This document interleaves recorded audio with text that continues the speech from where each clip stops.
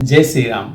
मित्रों, दोनों भाई जब रंगभूमि में आए तब उनको देख करके जितने लोग थे सब अपने अपने नज़रिए से उन्हें देखा। किसी को तो काल दिखाई दिए, तो किसी को वीरता दिखाई दी, तो किसी को इष्टदेव दिखाई दिए। सबको अपने अपने अनुसार अलग अलग मूर्तियों के दर्शन हुए। इसी क्रम में आगे देखते हैं उनके सौंदर्य को। सहज मनोहर मूर्ति दो, कोटि काम उपमाल घुसो, शरद चंदनिंदक मुखनी के, नीरज नयन भावते जी के। दोनों मूर्तियां स्वभाव से ही बिना किसी बनाव श्रृंगार के मन को हरने वाली हैं। करोड़ों कामदेवों की उपमा भी उनके लिए तुच्छ है। उनके सुंदर मुख शरद पूर्णिमा के चंद्रमा से भी निंदा करने वाले, उसे नीचा दिखाने वाले भगवान के समान नेत्र मन को बहुत ही भाते हैं। चितव निचारु मार मनुहरणी, भावती हृदय जाति नहीं परनी, कल कपोल श्रुति कुंडल लोला, चिबुक धर सुंदर मृदु बोला। सुंदर चितवन सारे संसार के मन को हरने वाले, कामदेव के भी मन को हरने वाली है। वह हृदय को बहुत ही प्यारी लगती है, पर उसका वर्णन नहीं किया जा सकता। सुंदर गाल हैं, कानों में चंचल घूमते हुए कुंडल हैं, ठोड़ी और अधर सुंदर हैं, वाणी भी कोमल है। कुमुद बंधु कर निंदक हासा, भ्रिकुटी बिकट मनोहर नासा, भाल विशाल तिलक झलकाई, कच बिलो की अली हवली लजाई। हंसी चंद्रमा की किरणों को तिरस्कार करने वाली है। भाव में टेढ़ी और नासिका मनोहर है। ऊंचे चौड़े ललाट पर तिलक झलक रहे हैं, दीप्तिमान हो रहे हैं। काले घुंघराले बालों को देखकर भौरों की पंक्तियां भी लजा जाती हैं। पीत चौतनी सिरनी सुहाई, कुसुम कली बीच बीच बनाई, रेखे रुचिर कंबु कलगीवा, जनु त्रिभुवन सुषमा की सीवा। पीली चौकोनी टोपियां सिरों पर सुशोभित हैं, जिनके बीच बीच में फूलों की कलियां बनाई हुई हैं। शंख के समान सुंदर गोल गले में मनोहर 3 रेखाएं हैं, जो मानो तीनों लोकों की सुंदरता की सीमा को बता रहे हैं। कुंजर मणिकंठा कलित, उरिन तुलसी का माल, वृषभ कंद के हरिठवनी, बल निधि बाहु विशाल। हृदयों पर गजमुक्ताओं के सुंदर कंठे और तुलसी की मालाएं सुशोभित हैं। उनके कंधे बैलों के कंधे की तरह ऊंचे तथा पुष्ट हैं। एड़ खड़े होने की सांड सिंह जैसी है और भुजाएं विशाल एवं बल की भंडार हैं। कटितु नीर पीत पट बांधे, कर सर धनुष बाम बर कांधे, पीत यज्ञ उपवीत सुहाए, नख सिख मंजू महाछ बिछाए। कमर में तरकस और पीतांबर बंधे हैं। दाहिने हाथ में बाण और बाएं सुंदर कंधे पर धनुष तथा पीले यज्ञोपवीत जनेऊ सुशोभित हो रहे हैं।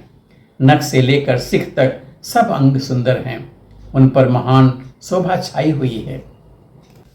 देखी लोग सब भये सुखारे, एकटक लोचन चलतन तारे। हर से जनक देखी दो भाई, मुनिपद कमल गहे तब जाई। उन्हें देखकर सब लोग सुखी हो गए। नेत्र एकटक निमेष शून्य है और तारे पुतलियां भी नहीं चलती। जनक जी दोनों भाइयों को देखकर हर्षित हुए। तब उन्होंने जाकर मुनि के चरण कमल पकड़ लिए। कर बिनती निज कथा सुनाई, रंग यमनी सब मुनि दिखाई। जह जह जाई कुंवर बर दो, तह तह चकित चितव सबको। विनती करके अपनी कथा सुनाई और मुनि को सारी रंगभूमि यज्ञशाला दिखलाई। मुनि के साथ दोनों श्रेष्ठ राजकुमार जहां तहां जाते हैं, वहां वहां सब लोग कोई आश्चर्यचकित होकर के देखने लगते हैं। निज निज रुख राम ही सब देखा, को न जान कछु मरम विसेखा। भली रचना मुनि निपसन कहेऊ, राजा मुदित महासुख लहेऊ। सबने राम जी को अपनी अपनी ओर ही मुख किए हुए देखा, परंतु इसका कुछ भी विशेष रहस्य कोई नहीं जान सका। मुनि ने राजा से कहा, रंगभूमि की रचना बड़ी ही सुंदर है। विश्वामित्र जैसे निष्प्रिय विरक्त और ज्ञानी मुनि से रचना की प्रशंसा सुनकर राजा प्रसन्न हुए और उन्हें बड़ा सुख मिला। सब मंचन ते मंचु एक, सुंदर विशद विशाल। मुनि समेत दो बंधु तह, बैठा रे महिपाल। सब मंचों में एक मंच अधिक सुंदर, उज्जवल और विशाल था। स्वयं राजा ने मुनि सहित दोनों भाइयों को उस पर बिठाया। प्रभु ही देखी सब नृप ही हारे, जनुरा केस उदय भय तारे। असि प्रतीत सबके मन माही, राम चाप तोरब सक नाही। प्रभु के देखकर सब राजा हृदय में ऐसे हार गए, निराश और उत्साह रहित हो गए, जैसे पूर्ण चंद्रमा के उदय होने पर सारे प्रकाशहीन तारे हो जाते हैं। उनके तेज को देखकर सबके मन में ऐसा विश्वास हो गया कि रामचंद्र जी ही धनुष को तोड़ेंगे, इसमें संदेह नहीं है।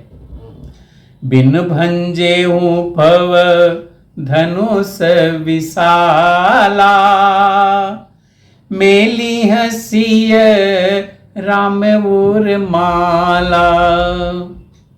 अस बिचारी गवनहु घर भाई, जस प्रताप बलु तेजु गवाई। इधर इनके रूप को देखकर सबके मन में यह निश्चय हो गया कि शिव जी के विशाल धनुष को जो संभव है कि न टूट सके, बिना तोड़े भी सीता जी श्री राम जी के गले में जयमाल डाल देंगी, अर्थात दोनों तरह से ही हमारी हार होगी और विजय श्री रामचंद्र जी के हाथ में रहेगी। यूं सोचकर वे कहने लगे, हे भाई, ऐसा विचार कर यश प्रताप बल और तेज गंवाकर अपने अपने घर चलो। बिहसे अपर भूप सुनि बानी, जे अविवेक अंधय अभिमानी, तोरे हूँ धनुष ब्याहो अवगा, बिनु तोरे को कुंवरी बियाह। दूसरे ने कहा, जो अविवेकी अंधे हो रहे हैं और अभिमानित थे, यह बात सुनकर बहुत हंसे। उन्होंने कहा, धनुष तोड़ने पर भी विवाह होना कठिन है, अर्थात सहजही में हम जानकी को हाथ से जाने नहीं देंगे।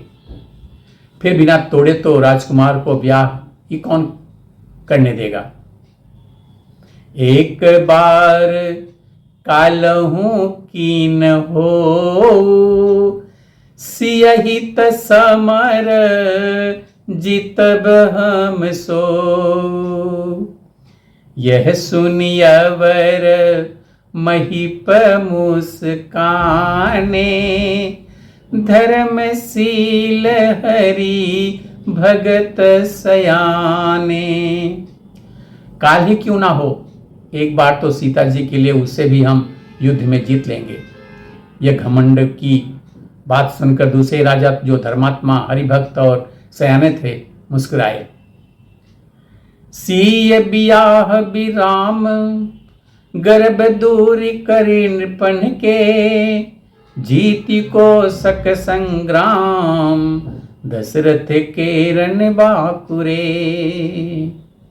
उन्होंने कहा, राजाओं के गर्भ दूर करके जो धनुष किसी से नहीं टूट सकेगा, उसे तोड़कर श्री रामचंद्र जी सीता को ब्याहेंगे। रही युद्ध की बात, सो महाराज दशरथ के रण में बाकी पुत्रों को युद्ध में जीत ही कौन सकता है। मित्रों, अब आगे की कथा हम अगले वीडियो में देखेंगे। तब तक के लिए जय श्री राम।